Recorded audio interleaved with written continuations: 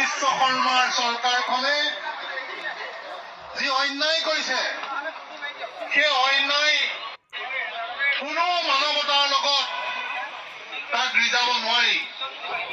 এইখন চৰকাৰ হৈছে চৰম অমানৱীয় এখন নিষ্ঠুৰ চৰকাৰ।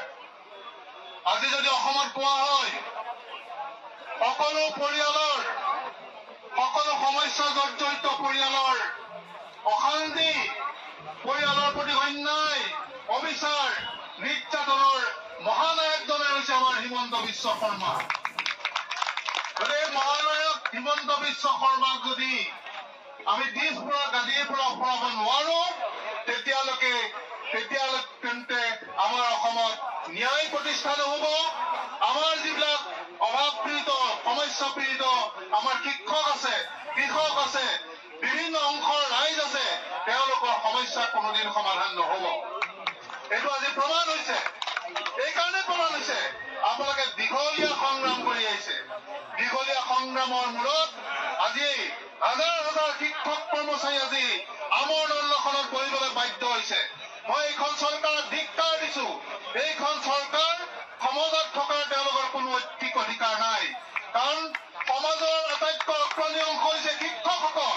শিক্ষকসকলৰ প্ৰতি যদি অন্যায় কৰিছে তেতিয়াহ'লে আপোনালোকে ভাবি চাওক সাধাৰণ অন্যান্য যিটো অংশ ৰাইজ আছে তেওঁলোকৰ অৱস্থা কি হ'ব পাৰে। এই শিক্ষকসকলে আজি শ্ৰেণীকোঠা বাদ দি আহি চচলত অসমৰ ইমূৰৰ পৰা সিমূৰৰ পৰা আহি চচলত আমৰণ অনশনত বহিবলৈ বাধ্য হৈছে।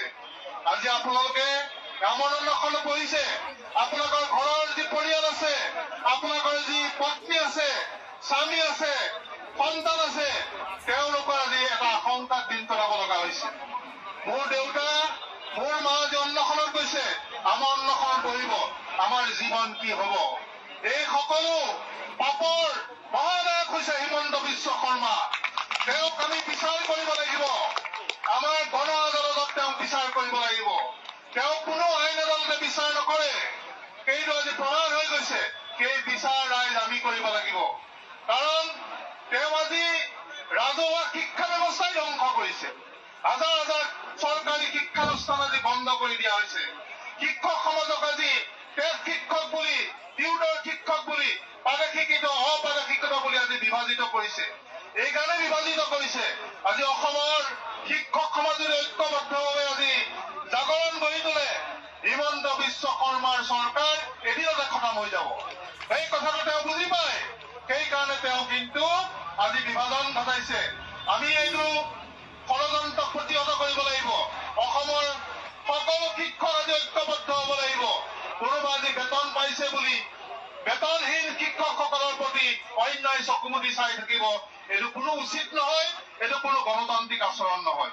আমি সকলো শিক্ষকসকলে আমি আহ্বান জনাইছো, অপাদে শিক্ষিত শিক্ষকসকলৰ আন্দোলনৰ পক্ষত আপোনাক থিয় হওক। আমি সকলো ছাত্ৰ সমাজলৈ আহ্বান জনাইছো, অপাদে শিক্ষিত শিক্ষকসকলৰ আন্দোলনৰ পক্ষত খাৰা হওক। আমি সকলো শ্ৰমিক কৰ্মচাৰীক আহ্বান জনাইছো, অপাদে শিক্ষিত শিক্ষকসকলৰ আন্দোলনৰ পক্ষত খাৰা হওক।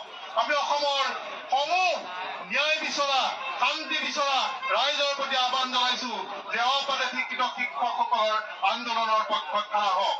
এইটো ঠিক অসমৰ ৰাজহুৱা শিক্ষা ব্যৱস্থাৰ যি ধ্বংসযজ্ঞ আৰম্ভ হৈছে তাক ৰক্ষা কৰিবৰ কাৰণে অগ্ৰণী ভূমিকা কিন্তু শিক্ষকসকলে ল'ব লাগিব, ছাত্ৰসকলে ল'ব লাগিব আৰু অসমৰ সমূহ ৰাইজে ঐক্যবদ্ধ কৰিব লাগিব। অপাদে শিক্ষিত শিক্ষকসকলৰ যিটো আন্দোলন, এই আন্দোলন আমি বিচ্ছিন্ন হৈ থাকিলে নহ'ব।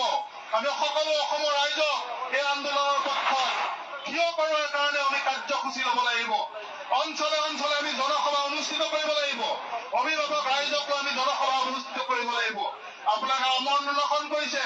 এই আমৰণ অনশনে যদি কোনো ধৰণৰ ফল নিদিয়ে তেতিয়াহ'লে আমি কিন্তু মন্ত্ৰী বিধায়ক, শাসক দলৰ মন্ত্ৰী বিধায়ক সকলোকে আমি ঘেৰাও কৰিব লাগিব, যাতে অসমৰ কোনো জেগাত তেওঁলোকে ভ্ৰমণ কৰিব নোৱাৰে, চলাচল কৰিব নোৱাৰে। তেনেকুৱা কাৰ্যসূচী আমি ল'ব লাগিব। আমি দিছপুৰ, চিৰাট আমি আমৰণভাৱে দিছপুৰ ঘেৰাও, আজি আমৰণ অনশনৰ কাৰ্যসূচী লৈছে, কিন্তু আমৰণ দিছপুৰ ঘেৰাও কাৰ্যসূচী ল'ব লাগিব।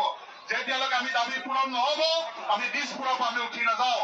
20 বৰ্ষ সচিবালয়ৰ পৰা আমি ফিৰে যাওঁ তেনেকুৱা কাৰ্যসূচী কিন্তু ল'ব লাগিব তেতিয়াহ'লে এই আন্দোলন সফল হ'ব আৰু এই আন্দোলন অসমৰ ৰাইজৰ এক আন্দোলনত পৰিণত কৰিব লাগিব অসমত শিক্ষকৰ যি সমস্যা এই সমস্যা কিন্তু ৰাজহুৱা শিক্ষা ব্যৱস্থাৰ সমস্যা এই সমস্যা সমাধানৰ কাৰণে আমি এক বৃহৎ আন্দোলন গঢ়ি তুলিব লাগিব এই আন্দোলনৰ পক্ষত আমি আছো আমাৰ আগন্তুক AICCTUৰ যি ৰাজ্যিক সন্মিলন অনুষ্ঠিত হ'ব সেই সন্মিলনৰ অন্যতম দাবী হৈছে অপ্ৰাদেশিক শিক্ষকসকলৰ চাকৰি নিয়মীয়া কৰা প্ৰাদেশিকৰণ কৰা আৰু আমি আমাৰ সন্মিলনটো এই প্ৰস্তাৱ ল'ম এই আন্দোলনৰ পক্ষত আমি প্ৰস্তাৱ ল'ম শেষত আপোনাক সকলোকে ধন্যবাদ জনাই আপোনালোকৰ আন্দোলনৰ প্ৰতি পূৰ্ণ সমৰ্থন জনাই মোৰ বক্তব্য সামৰণি লৈছো ইনকলাব জিন্দাবাদ শিক্ষক ঐক্য জিন্দাবাদ ৰাইজৰ ঐক্য জিন্দাবাদ ইনকলাব জিন্দাবাদ